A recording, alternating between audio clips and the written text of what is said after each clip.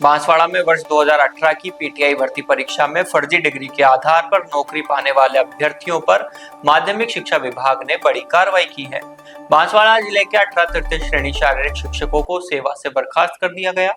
आदेश के साथ ही ये सभी शिक्षक आज से सेवाएं नहीं दे पाएंगे। जिला शिक्षा अधिकारी जयदीप पुरोहित ने बताया कि हाईकोर्ट के निर्देश पर गठित 3 सदस्यीय कमेटी की जांच रिपोर्ट के आधार पर यह कार्रवाई की गई। जांच में इन शिक्षकों की डिग्रियां फर्जी पाई गई, जिसके बाद विभाग ने सख्त कदम उठाए। इस मामले में बांसवाड़ा जिले से कुल 19 नाम सामने आए थे। इनमें से 18 शिक्षकों को बर्खास्त कर दिया गया है, जबकि शैलेंद्र सिंह देवड़ा के मामले में अंतिम निर्णय अभी लंबित है। उनके संबंध में राजस्थान कर्मचारी चयन बोर्ड ने फैसला संभाग स्तरीय समिति पर छोड़ दिया है। राजस्थान कर्मचारी चयन बोर्ड द्वारा वर्ष 2018 में आयोजित पीटीआई भर्ती परीक्षा में अनियमितताओं का खुलासा हुआ था। जांच में कई अभ्यर्थियों की शैक्षणिक डिग्रियां फर्जी पाई गई। बांसवाड़ा जिले के संदिग्ध शिक्षकों के दस्तावेजों की जांच कर रिपोर्ट विशेष संचालन समूह एसओजी को भेजी गई थी। बर्खास्त किए गए शारीरिक शिक्षकों में विनोद पाटीदार, सुनील पाटीदार, लक्ष्य पाटीदार, अंकित पाटीदार, देवेक सिंह, दिलीप पाटीदार, जयेश पाटीदार, लक्ष्मण पाटीदार, रौनक कलाल, प्रवीण कुमार, यश जोशी, ईश्वर पाटीदार, कमलेश पाटीदार, अक्षय गुर्जर, भीम सिंह, जिगर पाटीदार, लवीश पाटीदार और जगदीश चंद्र पाटीदार शामिल है। कार्रवाई के बाद जिले के विद्यालयों में एक साथ इतने पद रिक्त हो गए हैं, जिससे शारीरिक शिक्षा और खेल गतिविधियों पर असर पड़ने की संभावना है।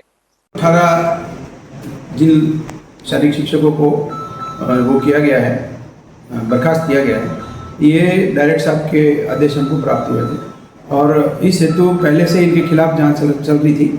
तो इसके बाद वो पिछली जांच के बाद जब एसओजी ने की थी तो इनको वो किया गया था, लेकिन उसके बाद जब ये कोर्ट में गए, उसके बाद कोर्ट के निर्देश पर 3 अलग अलग विभागों के लोगों की 3 सदस्यीय कमेटी बनी थी, जिसमें एक एसओजी के अधिकारी थे, एक हमारे शिक्षा विभाग के अधिकारी जेडी लेवल के और एक जो है वो अधीनस्थ सेवा बोर्ड के अधिकारी। ऐसे 3 अधिकारियों से मिलकर के जो कमेटी बनी और उन्होंने जो कोर्ट के निर्देश थे उसके अनुसार जो जांच की, उसके बाद जो तथ्य उन्होंने प्राप्त किए उसके आधार पर ही इनका जो है वो ये बर्खास्तगी का जो कार्रवाई हुई है वो की गई। क्या आज जो ये बर्खास्तगी हुई, इसके बाद ये जो भी 18 शिक्षक हैं, क्या ये विद्यालयों में किसी तरह की सेवा दे पाएंगे और क्या यदि इनको सेवाएं देनी है तो उसके लिए क्या आगे प्रक्रिया ये अपना सकते हैं? नहीं, अब ये बर्खास्तगी का मतलब ये है कि उनको एक तरह से उनकी सेवाएं समाप्त हो गई हैं विभाग में। अब वो आज से विभाग के अंदर किसी प्रकार की कोई सेवा नहीं दे पाएंगे। अब आगे जो कानूनी उनके पास अधिकार होंगे वो उसका उपयोग कर सकते हैं।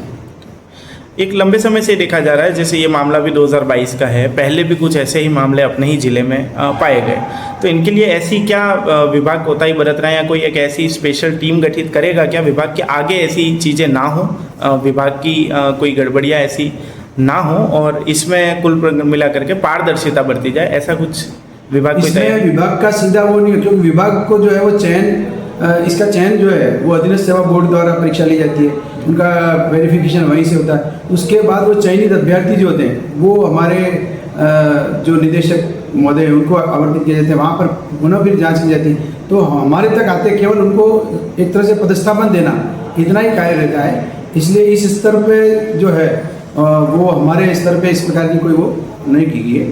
तो ऊपर अधीनस्थ सेवा बोर्ड जो है वहाँ लेवल पे उन्होंने जो भी है इसको रोकने के लिए काफ़ी प्रयास किए हैं सरकार के स्तर से। जैसे आज से बर्खास्त हो गए, विद्यालयों में किसी प्रकार की सेवाएं नहीं दे पाएंगे, तो क्या विद्यालयों में इससे कोई नुकसान इसमें जो होगा विद्यार्थियों का या पढ़ने वाले बच्चों का, क्योंकि शारीरिक शिक्षक की भी अहम भूमिका विद्यालय में होती है, तो उसके लिए विभाग क्या करेगा?